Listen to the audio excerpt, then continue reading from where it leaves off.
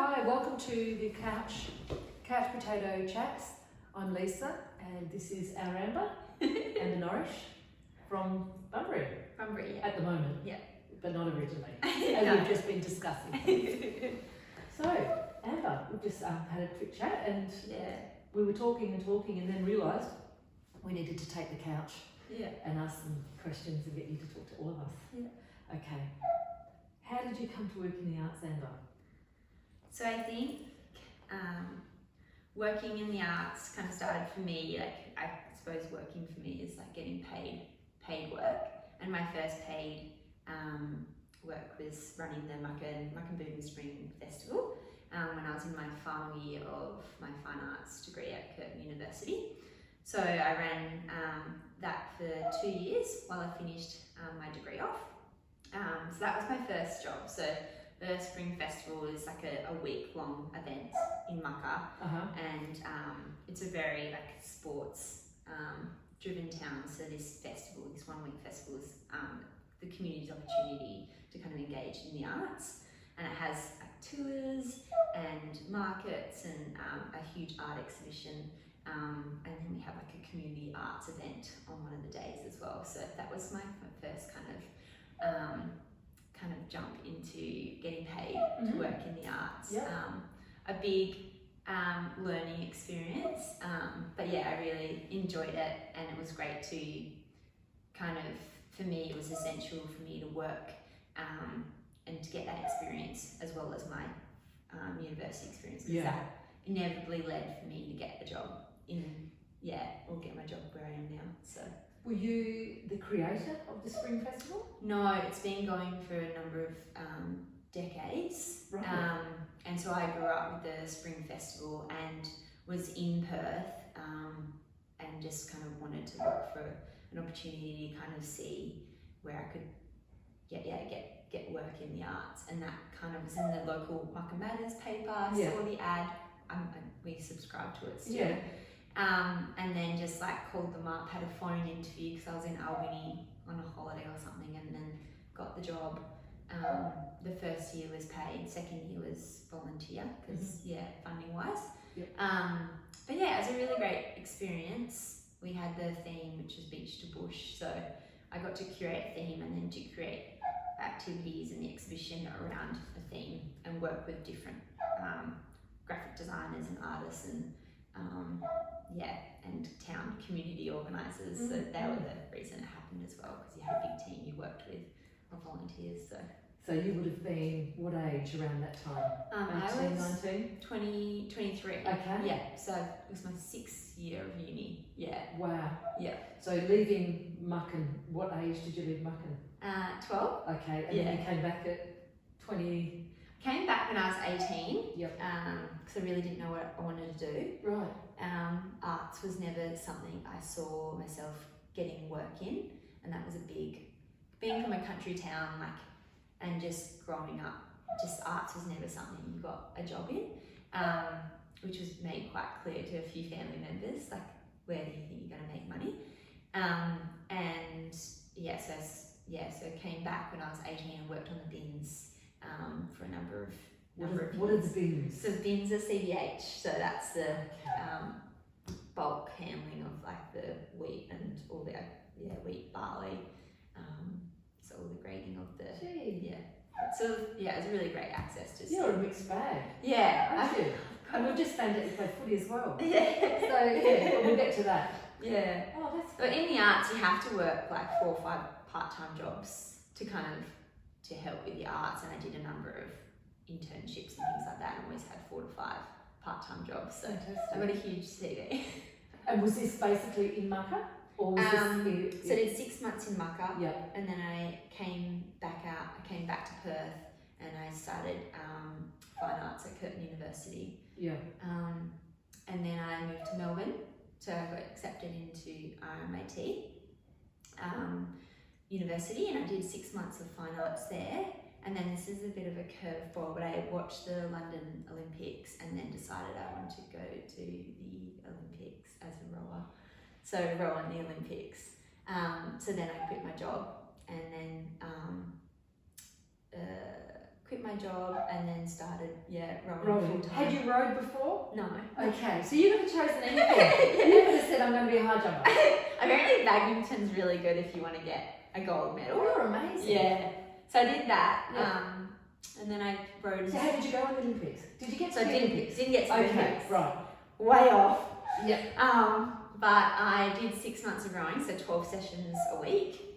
Deferred uni, deferred fine arts, and then moved back to Perth for like one-on-one coaching, and then got to States within the first 6 months, and then got to nationals within the first 12 months, and then did another States, and then I was rowing at the moment around Olympic rowers, and I was like, this is another 8 years, so and I want to finish my fine arts degree, so from then on, I did 2 States and a nationals, but then was like, no, I want to go back to the arts. Okay. Yeah. So that would be interesting for mum and dad, to watch you go, like a pinball machine. Yep. Going. Yeah, I'm pretty big on following following my heart.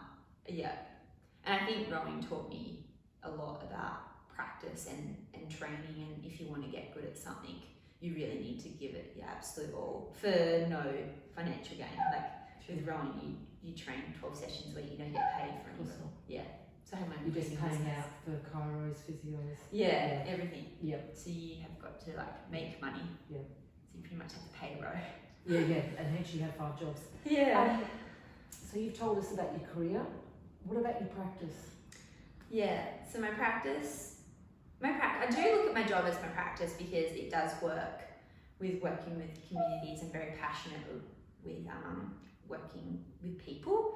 I'm a big social person, and I kind of always thought an artist was someone that you work by yourself in a room day after day, and for me that just doesn't suit me mentally.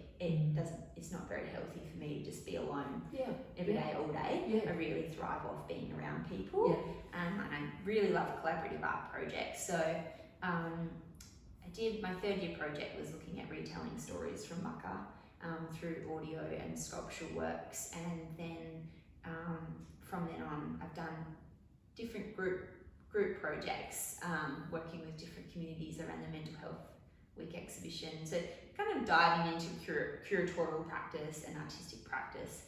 I kind of do a lot of drawing and writing and looking at some footy artworks at the moment. And I'm just needing, I suppose I've had 2 years at my job, so now I'm like, now I think I can take a side step as continue working, and then also maybe delve into my practice a little bit, bit more. And I think, that will be around footy and art. Sport and art I'm really passionate about those 2 subjects. And for quite a long time, I thought I had to separate both of them. Yeah. And now I realise that making art sport is something that's super engaging. Yeah. And there's a lot to explore. So what does that look like? I mean, they are like chalk and cheese, aren't they? Because that on my strength is, to be is more on the artistic side, or I'm great at sports. But to actually say footy art, what does that mean? Are we taking photos of football players? I mean, what is it? It can be. It's a lot of experimentation at the moment, and this might be disengaging a little bit because I'm still kind of working through the ideas, but I'm looking at how the football team structure, so you've got the footy teams, you've got the managers, and how if I created a art team that was replicated on the footy team model, what that would look like if an art team of 22 people had to come together and train 3 days a week on their art skills, or they had to play games against each other. So I'm kind of looking at the structural footy team kind of like community, and how I can recreate that in an arts community. So kind of some really like different conceptual ideas of how I could, because when I look at the arts, I think sometimes what I get from footy is that really amazing sense of teamwork and belonging. And sometimes I don't get that from the arts. Sometimes the arts is in the visual arts, not in performing arts. Performing arts, I think, works more like a footy team in terms of everybody has their role and kind of work together kind of thing. So that's what I'm kind of looking at, exploring those kind of like the footy frameworks of how those footy communities work and survive and create family. And I want to see if I can make that in the visual arts. That's That's really interesting. Yeah. Look, I'm not a sporting person, but I must say I love watching basketball because I know when I first started seeing it, I said it reminds me of a choreographed dance because, you know, even though, you know, they're trying to outsmart each other, there is such a beautiful organisation that goes on in the... Totally. And it is, it's beautiful. It is. As far as other sports, I can't share that same... but it is. I think there is a lot of artistic qualities in sports. Yeah, sure. That I feel like, there is quite a few artists who do make work about sport, and I think it's about, for me as well, I'm really big on artist research, seeing what their practice looks like. But I'm pretty interested in. I'm really at the beginning, but looking at delving into that. Projecting forward. It sounds actually really good. Yeah, it'd be nice. So you were speaking before about working better with people and how things are for you when you have to work on your own. So challenging times for you, I'd imagine, with the COVID and staying connected to people. How have you managed that? So I've stayed connected through Flock Arts, which is this WA independent artist run organisation that runs monthly workshops about practice. Anyone can access it. Because of COVID, they went online. So it's actually something that I wanted to go to. It was held in Perth.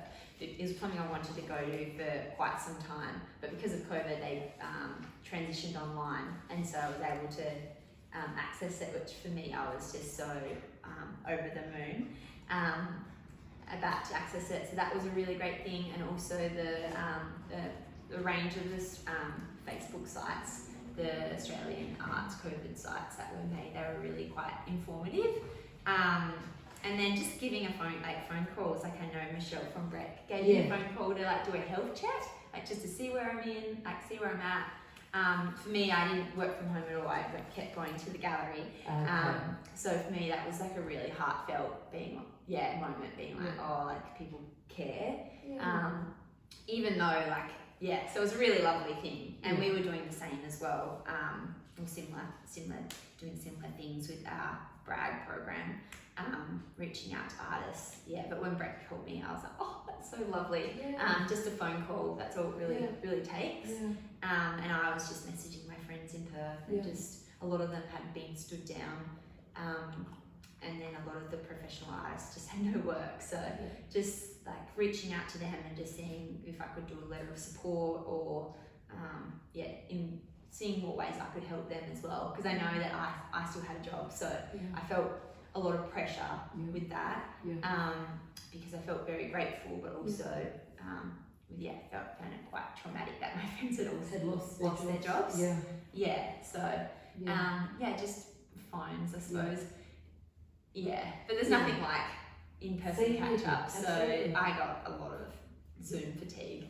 So, but the NAVA Visual Arts program, that was a weekly program they ran to talk about arts advocacy. That was my favourite program that came out of COVID, because I feel like with the funding cuts and everything like that, which was just so like devastating, they were looking at like how we can advocate for the arts, and I'm quite proactive when it comes to that stuff. Like, we need to process things, but then we also need to look at how we can champion for the arts and try and help ourselves. So things are sort of coming slowly back to normal as well. So slowly. That's good. And your family, they're here, aren't they? Are they in Mucka? They've moved from Mucka, so they're in Perth. And her sister down south, and another sister in 2J. So so we're all kind of still So it's good. Now, talking about BREC, is there a show that's been memorable for you that stood out, either good or bad, doesn't really matter, that you've seen at the entertainment centre? Can you think of anything? Well, assuming you've been. I totally have. I suppose I'm going to talk about so with my job at BREC, it's public programs at the Bunbury Regional Art Gallery, and I suppose the things I have been involved in is with Fiona directly, with the Yucca-Danju committee, which is the Noongar Arts Committee group, and then so one of my favourite shows to come and see was the two films that were put on for NAIDOC Week last year. just like such a beautiful community response. Like every seat was taken. Yeah. Like BREC did such an amazing job of offering that space and showing those incredible Indigenous films. And then I also really love the Young Voices exhibition. I run the Southwest High School's exhibition at BRAG, and then I just thought it was just amazing seeing Young Voices and seeing that exhibition. Nathan and the kids just did an excellent job. Yeah. And those community projects, they really speak to my heart because it just shows you how much talent there is in Bunbury. Yeah. And how much we can come together and really work with each other to kind of like educate ourselves about different groups and ideas and really celebrate artistic practice and cultural practice as well. So they're my two favourite. Yeah, sure. And I remember those auditions when Nathan was running the kids through to pick out this, the select. It was really hard because I happened to be there on that day. And I mean, how do you choose, 15 kids out of these gorgeous, and very they hard were job. so much fun and they were just beautiful. But the portraits, that was great fun. Yeah, that was so beautiful. we were involved in that, of course, because it was, painting, whoever wanted to be painted, they were stunning. They were great. They were so much fun. And I think, I know it's like a really small, but I think it being organised by the Bunbury Regional Entertainment Centre and then working with BRAG, like that relationship was beautiful as well, just to see how many people, how we can work together, kind of things, in using our shared venue spaces and things like that. But the portraitures were just my favourite, and seeing the people behind the scenes at BREC, that was really special to me because I feel like we're still, even though COVID's helped with this, like connecting with each other. Even just in Bunbury, not even connecting to Perth or interstate, like just connecting as arts institutions and as artists ourselves, and it's really lovely seeing the people behind BREC. That was lovely. Okay, well thanks Amber. Yeah, no worries, thank you. I think that's about our time up. Yeah. So thanks for sharing this morning. Oh no, thanks for having me. It's been a pleasure to meet you again. Yeah. Okay, thanks. See ya. Bye.